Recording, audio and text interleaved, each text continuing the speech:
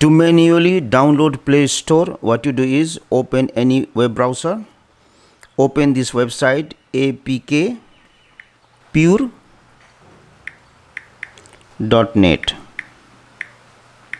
So open this website apkpure.net, then search for Google Play Store. Search for it. Now this is the latest version of the Google Play Store. Select download APK, scroll down, select download APK, download again. Now the application starts to download.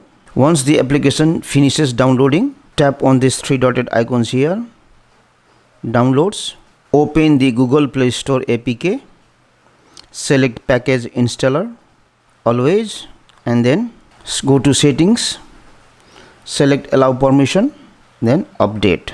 Now if you are not allowed to install the application, you have to go to settings, security and privacy, and then auto blocker. So what I will do is I will go to settings, security and privacy, disable this option auto blocker. You have to use your PIN or fingerprint. After that, again what I will do is I will go to download, and again I will open this Google Play Store APK, update, done. Since I had already installed Google Play Store, so I got the option to update. For you, you will get the option to install.